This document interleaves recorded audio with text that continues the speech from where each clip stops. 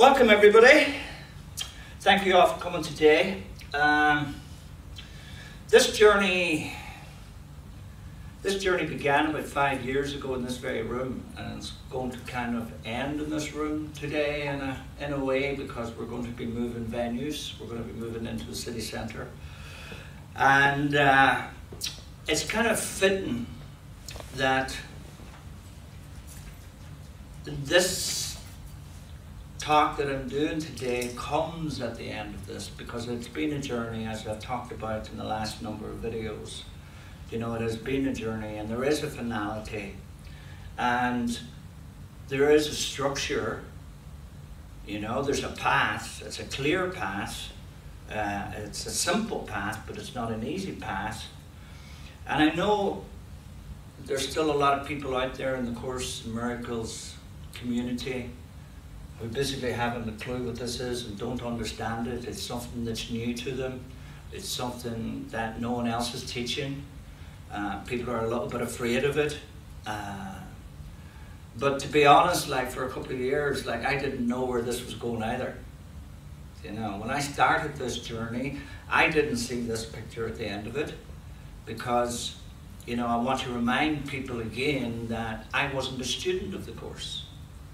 You know, I had my experience, I had a number of experiences over 4 months, but ultimately what my experience was, I went from here in the body, which was in the shadow, connected with the pain body that Eckhart Tolle talks about. And my journey to here was the dark night of the soul. And it's not a very nice journey. So that happened to me 7 years ago. And like I said before in the previous videos, like Eckhart Tolle, I found the off button. And I could turn off thinking and basically just be in bliss. But even when I turned on thinking, I still held that essence of bliss. It wasn't something that was just gone. It was there.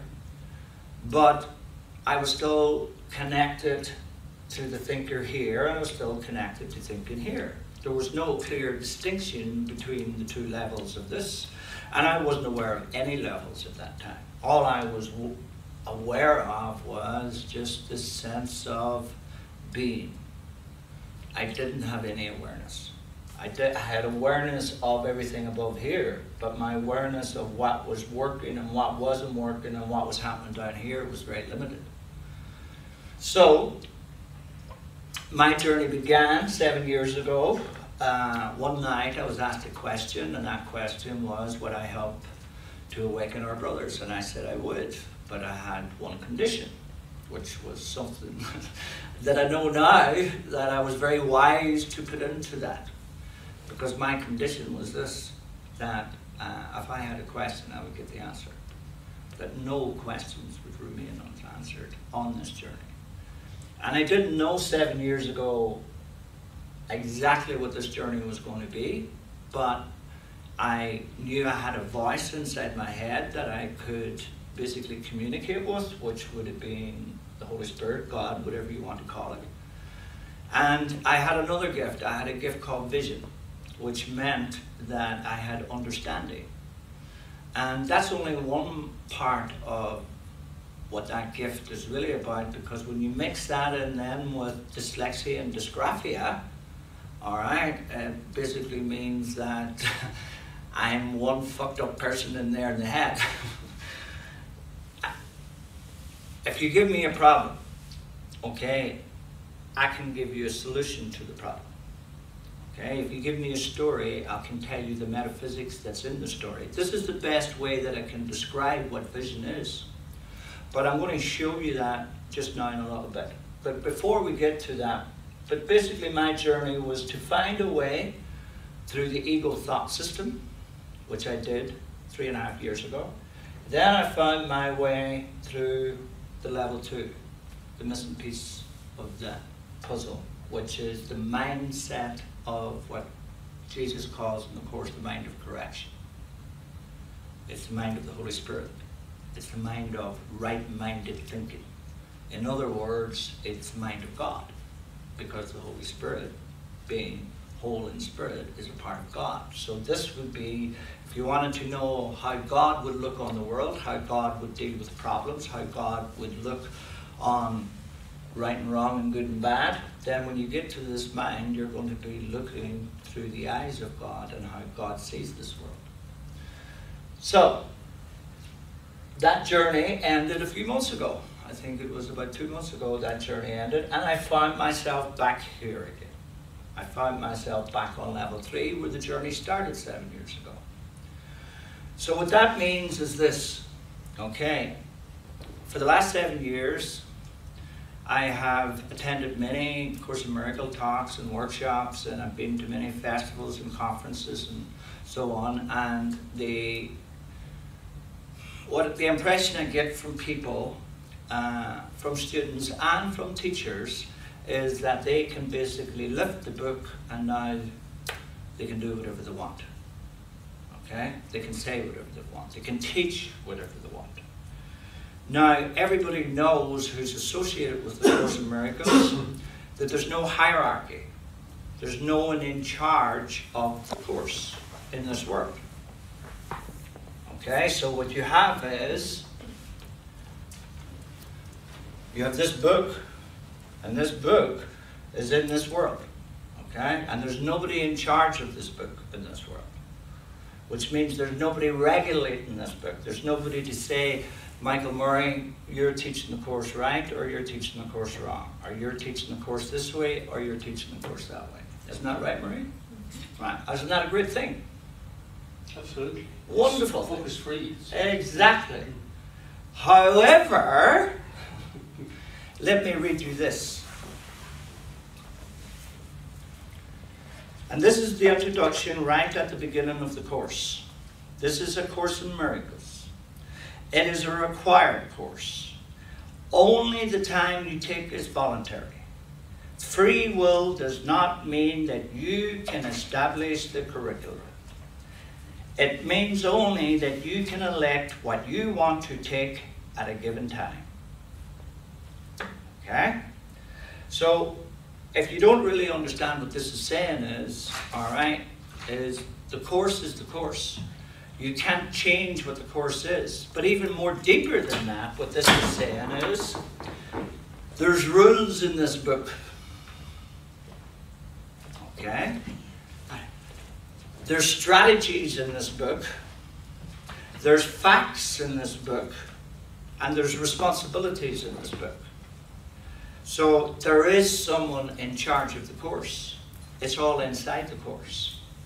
You're being told very clearly in this book that you cannot establish the curriculum, which means that you cannot change the meaning of the Course. So, also in the Course, it tells us this, and this is what Genesis is about. And what I'm going to demonstrate to you today is why Genesis is necessary for any student who is serious about doing a Course in Miracles. Okay? So you all know this line. Words are symbols of symbols twice removed from reality. Okay? So let me just see what that means. Let's operate on the 3 levels again. Okay? Level 1, level 2, and level 3. So here we have the words.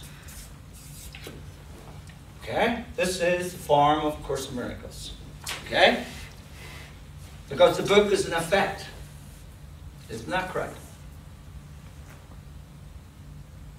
Yes? Isn't the book an effect? Explain. Anyway. He's all nodded.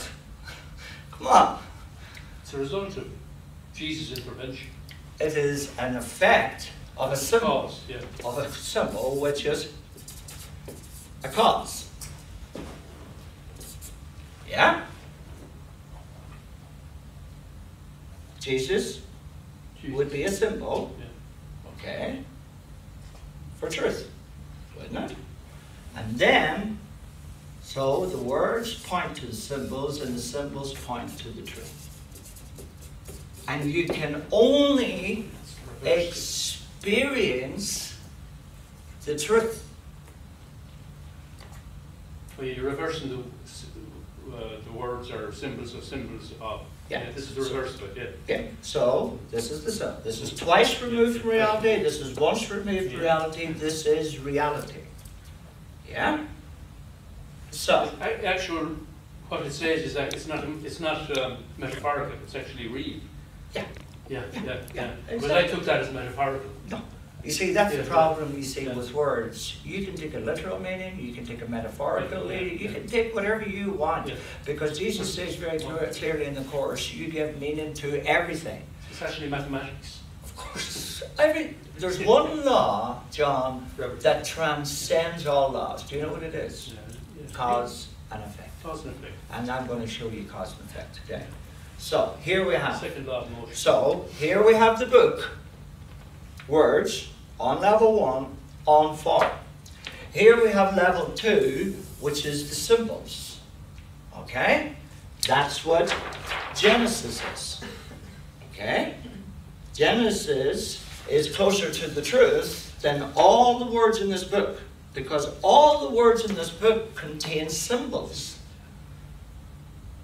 Every word in this book contains a symbol. And that symbol is in one of 5 levels. That symbol is simply you. Each of these 5 levels is a mindset. Okay? And this is the perceptions that you will perceive in those mindsets. That's what this book is. This is the mind of God. This is the mind of creation. Take everything in this book and it's here. Now, here's the point that I'm making about changing the curriculum. All right? This book is littered with rules. It's littered with strategies. It's littered with facts. And it's littered with responsibilities. There's not a hope in hell that anybody, I don't care how big IQ or intellectual ability that you have, could get all of those rules, strategies, facts, and responsibilities without this. It's impossible. Okay?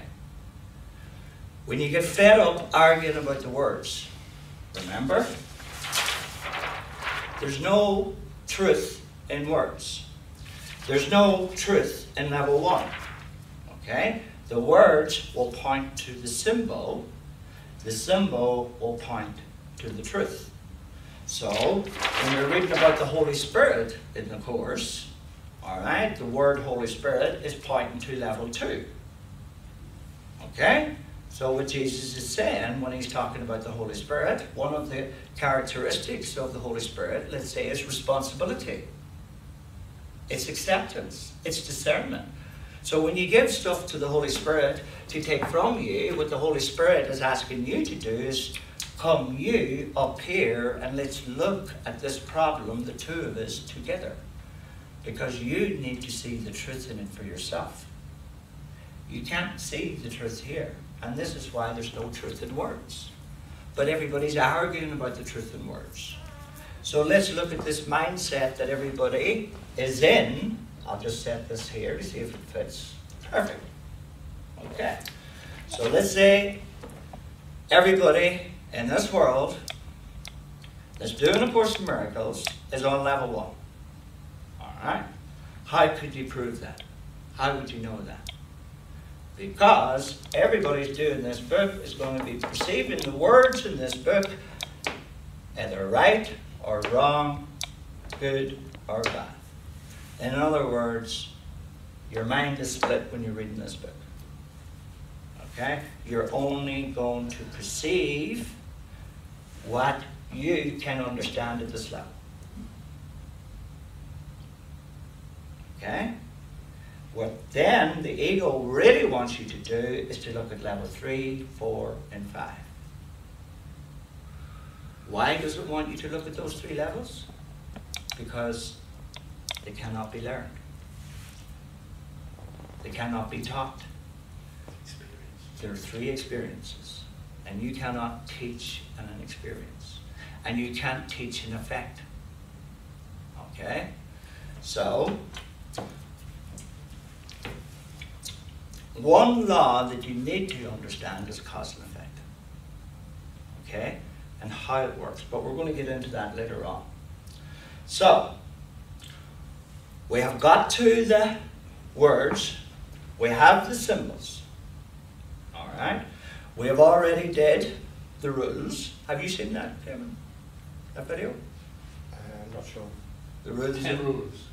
No, that's the 10 corrections. Oh, yeah. You have got the rule, the general rules of the game, the rules of Genesis. You've got the level 1 rules, level 2 rules, level 3 rules. You've got the ego strategy for students. You have got the ego strategy for teachers. I wouldn't say that I Yeah, full understanding. yeah. So basically, what I'm really getting to here now is, right, the whole course, throughout this book, Jesus says this is a simple course. Keeps repeating it over and over and over again. This is a simple course. And the reason why it's a simple course, it is because when you get to this stage, you can eliminate so much that you don't need to worry about. Okay? For example, get rid of that. Okay? And even now that you have this, you still don't need that because you have a lot of work to do here.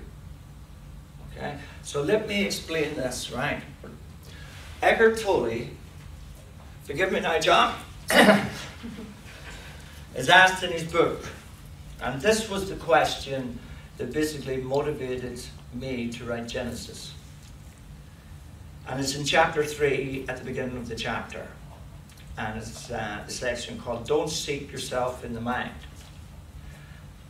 And he's asked this question. I feel that there is still a great deal I need to learn about the workings of my mind before I can get anywhere near full consciousness or spiritual enlightenment. And Eckhart, forgive me, Eckhart's answer is, no, you don't. The problems of the mind cannot be solved on the level of the mind. And that's where I have to give Eckhart a big 0 out of 10. Because I will give him 10 out of 10, because where Eckhart's still coming from, his own journey. He's talking about how he was able to transcend the self in one go. Okay? But for people doing the Course in Miracles, that's not going to happen. For the people doing the Course in Miracles, and even look at it, and I've talked about this before, if you looked at a mass awakening, when you wake up at this level here into the state of being, you really don't want to do anything. You know, unless your script is calling for you to do some serious work in the world, you'll do nothing like. I mean, look at Muji and all of these guys. I mean, they live the life of... Michael, can I just ask you something Eckhart Tolle said when he was enlightened, that he did nothing? Yeah, so did He I. didn't, he just sat in a park bench. Well, I kind of did that for about 2 years too, like, you know? But then something came in about him having to teach, or Yeah, someone came to him and asked him a question. yeah. So did he go from one level to go back to another level to teach? No, basically here you have, in the body at this level, when you're in the body, you can be in the state of being, which is you can turn off, just like a slip, turn off the thinking, and you'll just be immersed into the now. There are no thoughts in the now. But then when he would start to teach, he would start to teach again from this level. You know, but his teachings from this level are not really much good to anybody at this level, because you can't learn them. It's like the characteristics of the advanced teacher of God, gentleness. How do you teach someone to be gentle? How? So By you're being ignoring- gentle? By being gentle? How? You know, if Well, I it's say to you, By your own- if I say to you now, Clef, right, be gentle with that next door neighbor, and you think you're a real asshole, and you go out the door, I have to be gentle, I have to be gentle, I have to be gentle, I have to be gentle, and then the next thing you forget about that after a day or two, and he throws something into your garden or whatever. Do you see what I mean? You can't teach people to be gentle. gentleness. You see the characteristics of the teacher of God, if you look at them, they're all opposites. Gentleness in the Course means to not attack. So let me show you where that means here, how this works. Here you have attack, because you're always attacking yourself. You're trying to get rid of the shadow, you're trying to basically manipulate the persona, so you're always under attack, okay? So here, all right, there's no attack. Because here, you're looking, as Ken Wapnick always says, above the battleground. Here, you're looking with the Holy Spirit upon the truth. Yeah? Is that true? So, when you're looking at the truth of any perceived attack, how could you, the effect of that then is gentleness. Because here, you see, you can't learn gentleness here and learn not to attack here, because this world is set up for you to attack yourself. It's impossible that you cannot do that. So when you get to here, you have made the decision, the choice, not to attack, because you're in the mind of the Holy Spirit. The effects of that then is gentleness. Does that make sense? All right. So let me go on again to show how exactly, and I was able to pull out all the rules, all the regulations, all right? Not regulations, strategies, and the facts, and the responsibilities. And this is what basically you need to do for yourselves, because this is... Can you use black? Is that a colour? Because this is basically how psychotherapy works and how I work in psychotherapy. I know you're the psychotherapy, Murray, do you know? So, I've never read a psychotherapy book in my life, just to tell you so, right? But I was a well-known psychotherapist in my last life. So here we go. This is A Course in Miracles, but it's also to solve any problem that you have. Okay? How do you solve the problem? So let's, at this, again, the levels. So here you have story, the drama. Who's right and wrong, who's good and bad. All right? We all have this in our lives, don't we? Everyone. Okay? So how do we get to the truth of any story? Because we're really good at telling ourselves stories. And we believe all the stories that we tell ourselves for a while. And then we realize that it was bullshit, that's what we believed. And then we catch on to something else and we believe it for a while. And you can see at this level, you're regurgitating the same thinking over and over again. There's no new thinking on level 1. Okay, there's no creative thinking on level 1. So, how do you get to the truth of any story? Anybody? Question. How? Forgiveness. But you don't know what you're forgiving yet. And I do now. Well, the story's completely made up, you see. The problem's not the story. Yeah. Do you know? Right. And this applies. Now, this could, any story that you have in your life, past, present, or future, when people come to me in psychotherapy, I sit and I listen to their stories. Because I need to get to the truth. Okay? And the truth is not in the story, but the story will point me to the truth. So on level 2, what you have then is a thing called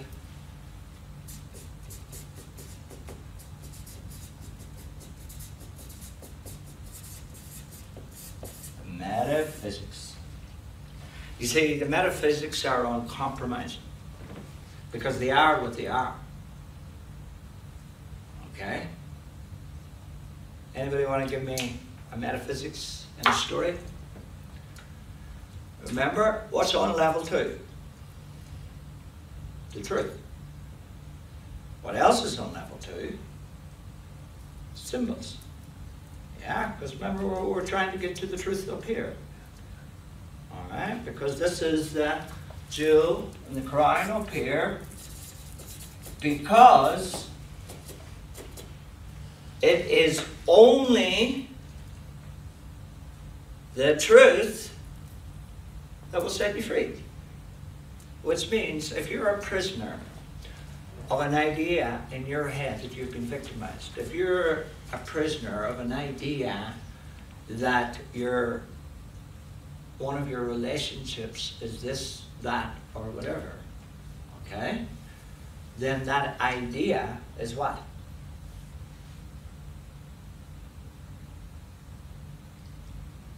That's running the life, basically, isn't it? Yes. Yeah. And you're giving a lot of energy to it. Yeah. You're a prison. Yeah, you're a prisoner to it, but you're giving a lot of energy to this idea.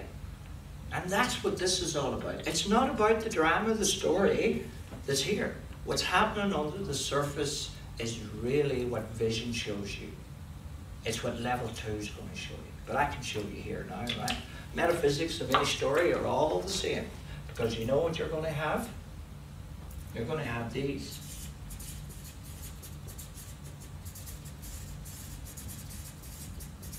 You're going to have all the coping mechanisms, all the tools, all the attachments that's going on underneath the surface. You're going to have the victim. You see, in every story, it's always about the persona in the shadow, the victim, the victimizer. Yeah? So you have the victim, these are all thoughts, they're all symbols, they're all ideas that are in every story that you have. Okay? What else are you going to have in the story? You're going to have guilt in the story. You're going to have fear in the story. Fear of being found out. The fear of being wrong. The fear of being bad. Okay? What else is in the stories? You have displacement. Okay? You have sublimation.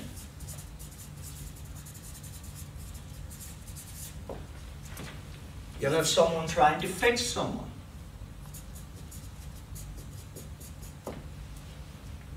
These are all the metaphysics. That's in every single story that you have. And here is a book full of metaphysics. And I've repeated this several times. There was a lady in Los Angeles who was doing this book for 27 years. She intellectualized it completely. She didn't get to any of this, and she said it wasn't in it when she started working with me.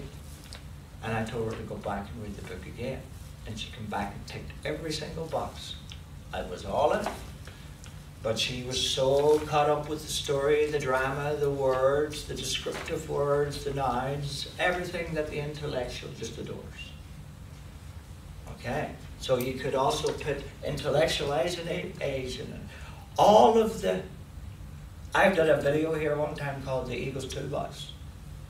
And here's what the magic really happens. You could put so much more into that. So let's say you're caught up in a story with, say, a son-in-law, or a mother-in-law, or a sister-in-law, or brother-in-law, or something like that. And it's all about here, down here, right? It'll always be about this.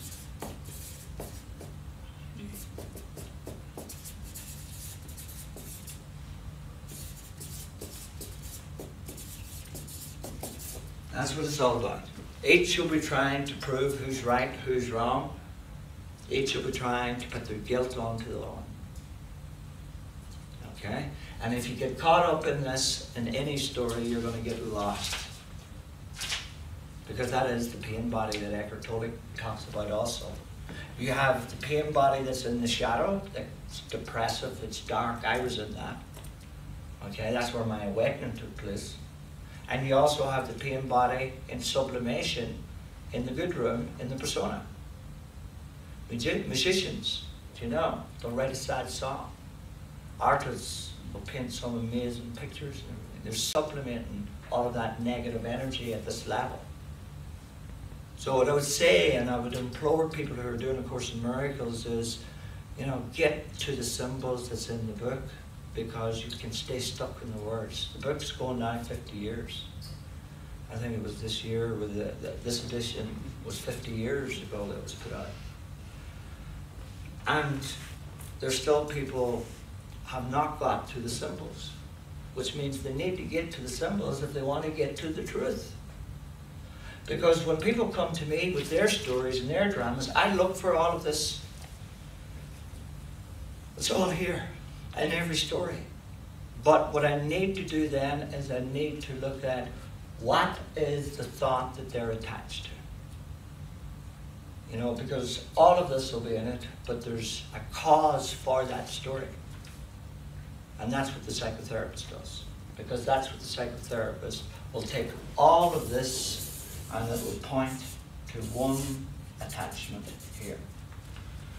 And that was the cause of everything here. And do you know what that one attachment is? There's only one problem. And if there's one problem, do you know what that means? There's a million problems. So what's the one problem? Separation. No. What's separation? Oh, God. There's no separation. Well, it's imagined. Well, not by me. It's a bad idea originally. Well, believe you me, John, you know, when I got got, it. what happened to me was, when I went down in here and after a number of years, I lost the bliss, but I could still get it because I had my out of body, I could go and get it, but I even stopped doing that too because I needed to get through this, you know?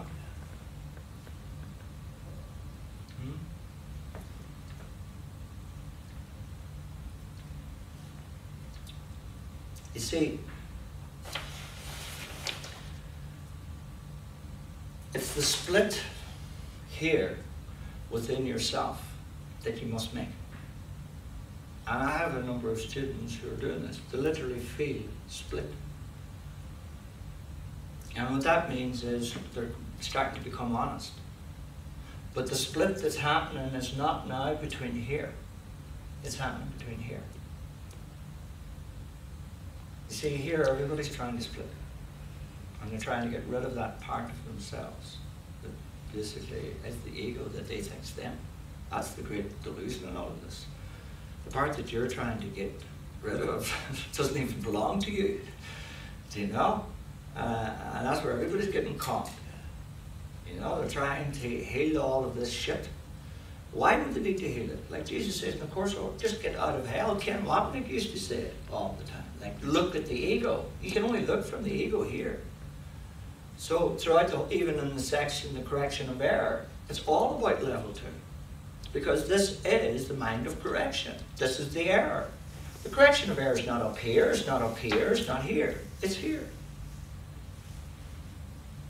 So what I want to do now is just show you another little thing how the ego works. And all of these are just to show you, you know, what can be done and what can't be done. Because everybody's trying to do the impossible.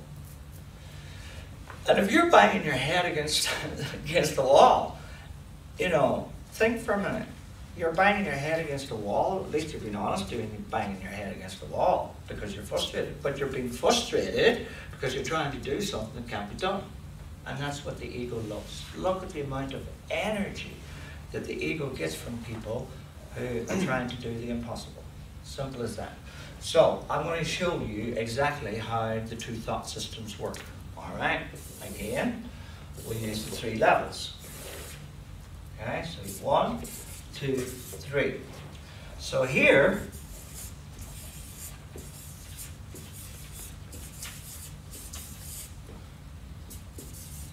I'm going to do this as Jesus describes the ego thought system in the Course. And I love this because it took all emotion out of the ego. The ego is a device. All right? So, the ego, level 1 is what? Kevin? Well, it's basically 2 rooms. Everything is... It's a thought system. Yeah. Okay. And level 2 is that? Thought system. Yeah? So, here's what happens.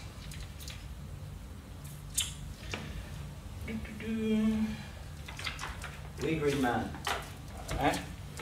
So here you are here in a thought system. All right? And you're attached to thoughts here. Yeah?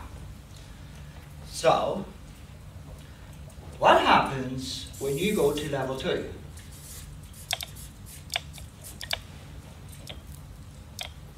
Anybody? You bring the thought with you? Yes. Any thoughts? Let's say you're attached to this thought, this thought, this thought. These 3 thoughts. All right? And you go to level 2.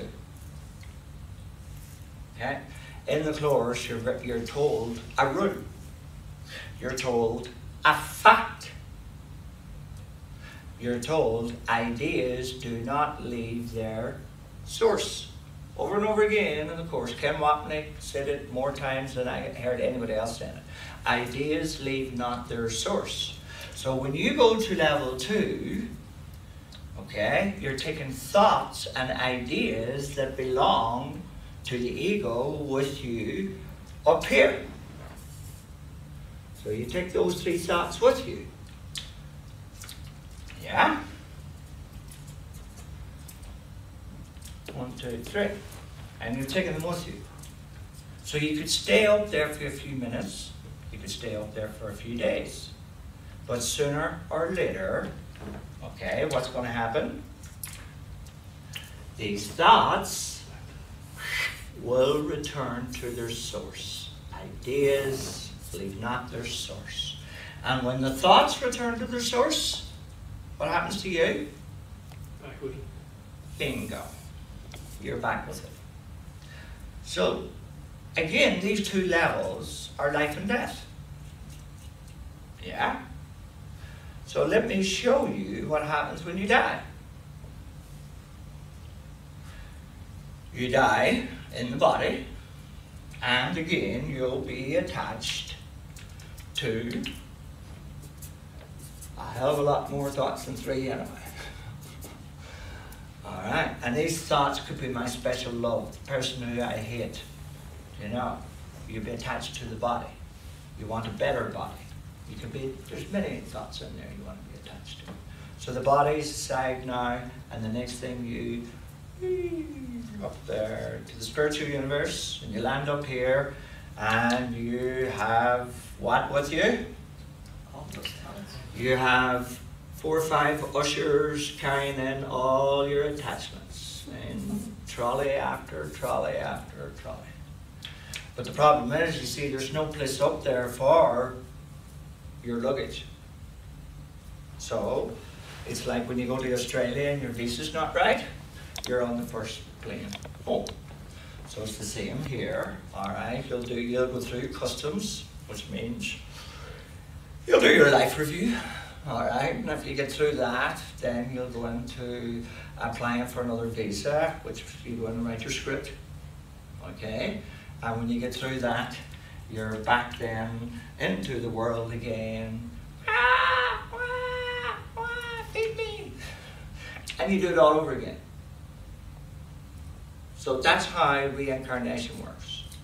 It's the exact same principle that I'm taking through all my students on the level 1, level 2 classes.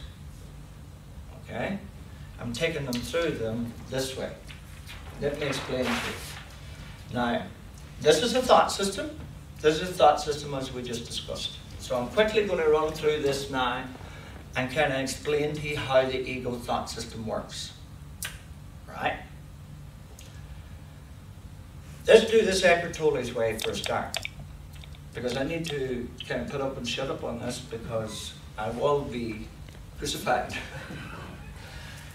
And again, I'm not saying that Eckhart's wrong here. I'm just explaining that from my experience in this, it can't be done. And the reason is this. You have to know how the ego works. The ego is a beautiful thought system. It is perfect. Jesus says so in the Course. It's perfect. It's foolproof. But it's not God-proof. Okay? Which means that it operates under the law of cause and effect. Okay? Now, if you were fighting with somebody down the street, then you'd think that that person could come up with any idea, couldn't you? To attack you, to do this. You know, you'd always be on your guard, wouldn't you? What if you knew every idea that he was going to come up with and you had the answer? Would you be worried about him? No. You see, the greatest strength the ego has that you don't know how it works. I spent 7 years learning how it works. And believe you me, it'll do exactly what I wanted to do, when I wanted to do it, and how I wanted to do it. And here's how it works. So here you are in your personality. And at this stage, what you do is, you're really saying no. Because that's what Jesus says in the Course. He says, the only difference between me and you is I said no to the ego. So how do we say no to the ego at this level? Well, what we're really saying no is, I'm not going to try and fix any more people. I'm not seeking for anything more. I've got what I need. I'm not playing the victim anymore. I'm not playing this false image. If people like me the way I am, that's fine. If they don't like me, I'm not going to try to be someone who I'm not. If I need to tell someone very politely to fuck off, I'm going to say it without guilt. Now, if you can tell someone to fuck off without guilt, you admit it. It's as simple as that. And that was, God told me that himself. All right? So what happens here is, and this is what people do in the Power of Now do. They're basically now saying no to the external, the materialism, you know, the family attachments, the self-attachments. But here's what Eckhart didn't know. And here's what most people didn't know and wouldn't know if it wasn't for Genesis. Okay? The ego works under the law of cause and effect. And I would say, people might say, well, where does it say this or where does it say that? So if you read the section that I'm talking about, it's grandeur and grandiosity. What happens is, when the spiritual seeker, remember the seeker is the ego too, when the spiritual seeker withdraws to 66%, which is roughly 2/3, it's actually 66.3 or 66, whatever it works out, 2/3. But when you reach that point, something amazing happens with the ego thought system. What does it do? It shuts down. And that's why every spiritual seeker then was left in limbo. How did you? Huh? You lost me completely with your percentage. What is that? The 66 and 2/3. Yeah. You see, at this level, most people are 7% in their personality. They've given all power to the persona. They're living this image. Is this in the Course? Of course it's 7%. Of course. I don't remember. No, it's not in the Course as in mathematical figures. But you're missing the whole point here. Yeah. Because again, that's your ego trying to get into something that the problem is not. The problem here is in your center here, how much is you? Do you know your personality? Do you know who you're not? That's what this is about. Because at this level, you see, everybody's doing the Power of Now. There's enough information in the Power of Now for people to basically, you know, start saying no to the external. But the point I'm making here is when you get to a certain point, the ego shuts down. This is why no one's made it. Because the ego has a defense against the seeker. And when the seeker, what it'll do, it'll give the seeker so much, and when the seeker reaches a point, the ego shuts down. But then what happens is the ego offers something that's too good to refuse.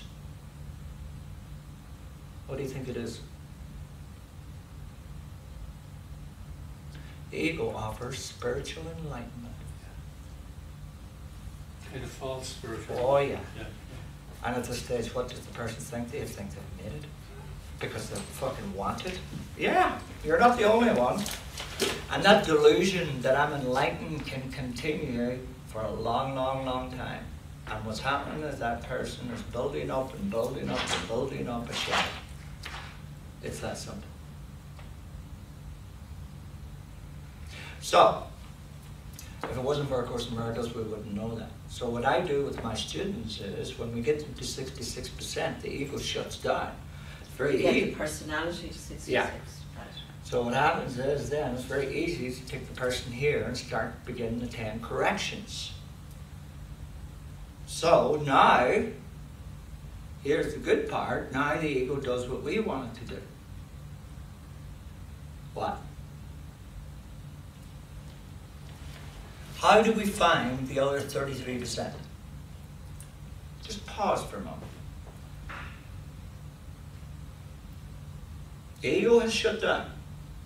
You have to make friends with the ego. No deals. You don't deal with terrorists. Right. Your reactions, isn't it? No, I'm kind of just pausing here a bit for Kevin to come back. So it's giving you an opportunity to think about this. How do we get the ego to show us the remaining 33%? Because you ain't getting to here without it. You ain't getting to the now. You ain't getting to the bliss. Okay? I'm going to tell you the answer. Remember what I did to you previously?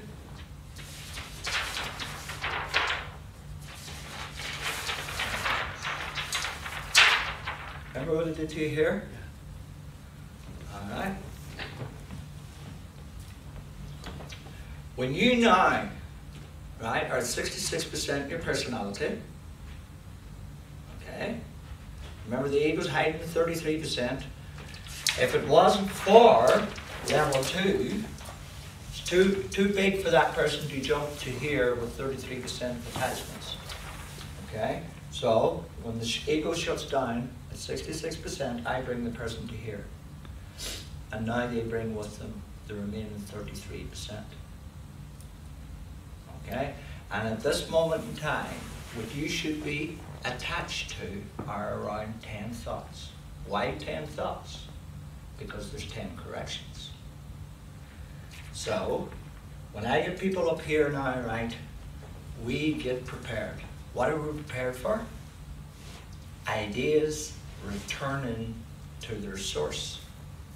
So, one of the 10 thoughts that we need to find here will bring the person back into a story, bring them into a drama. Remember here, here's the stories and the dramas. The person will come into the story and the drama. And what my students have been doing is, they'll ring me up, they'll tell me the story and the drama. Remember where we did the metaphysics also? See here, they'll tell me the story, I'll get the metaphysics, and I find the one thought that they're attached to. They detach from the thought, go back up here, and we wait for the next thought to return. And we find it. Remember, the only thing that's keeping you asleep is thoughts that you're attached to at this level. That's all. Not stories, not dramas. You're attached to the metaphysics. It's symbols you're attached to. All the stories and dramas that is in your life is the distraction. Okay? It's given energy to the ego, which means you're choosing the stories and the dramas, you're choosing to give all of this to the ego. Because the ego is nothing without your energy going into its system. When you withdraw your energy from the system has to shut down. It's kind of like, okay, you're in a prison, all right, and you know all you have to do is do this one particular thing now, right, and them doors are going to all open at a certain time. And there's not going to be a guard on the door anywhere. There's no defenses anywhere now. Everything's shut down, remember? You just walk straight out of the prison. Now you're in charge. Cause and effect, you're in charge. You know what the ego's going to do. In this world, you never know what the ego's going to do because you're only seeing half the truth at any time, which is only half the ego's truth. So you're not seeing any truth because there's no truth on this level. All right? So that's it. You say no to the ego on level 1 of the persona. And that means just simply, I want to be more honest.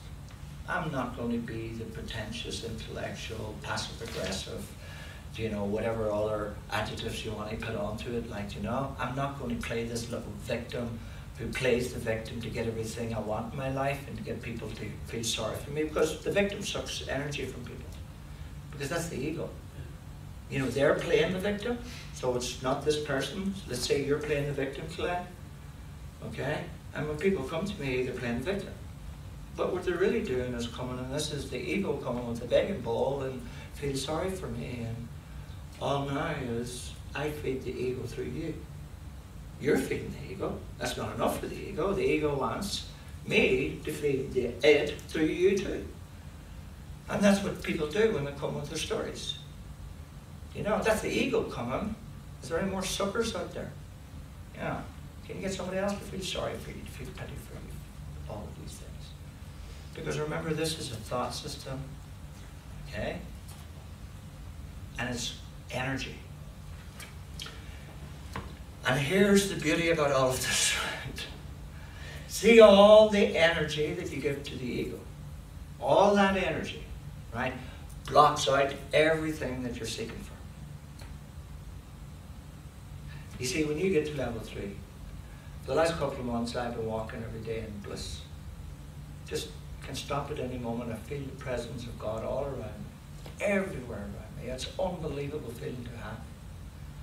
Do you know? Or you can walk around in this world basically blocking that out. And all that's happened to me is I live naturally here in the world. It's nothing special. You know, it doesn't mean I'm better than everybody else. I'm smarter than anybody else. I left school at 15 with no education. So, you know, you can hit that one on the head. I'm not in competition with anybody thinking, you know, that I'm smarter than anybody else. The only thing that I have is God with me at every second. I have God's presence, I have God's voice, I have God's everything with me. And I mean, like, I don't need to get to die to get to heaven. I'm already in heaven. And that's the way it can be for everybody. But the energy that we give this blocks out this all the time. And if you truly knew how much energy you were really giving, all your stories, all your dramas, this is all what you call pipelines.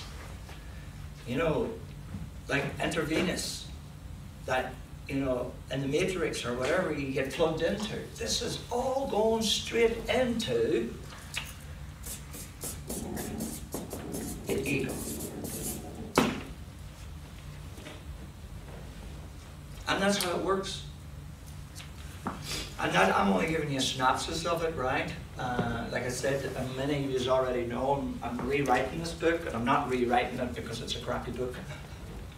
It's a masterpiece. But this basically could be the jewel in the Nile, jewel in the crown for a lot of people to help them to wake up, because everything that I'm doing here, everything that's in Genesis, you know, I'm going to be using all of this and mixing it in with what Eckhart has here. Because basically what it really is this and this coming together. One is the gauge of the other. Yeah. The power of now is the gauge. It's the right thought. You know, so that's you know, the vibration of this book is. I think maybe I'm sorry I read The Power of Now before I read it. Listen, I read The Power of Now before I read The Course in Miracles. A friend gave it to me. It was the first book I read. You know, and I identified with everything in it. Absolutely. So how we fixed for time there? 3:10. Right, I'll tell you what we'll do. We're going to do the facts and we're going to do the responsibilities. So we'll take a 10-minute break. Just 10 minutes, just to stretch or whatever. And then we'll run through that because it'll probably take a little over an hour to do them. Is there any questions on that? No? We'll come back. We'll come back, yeah.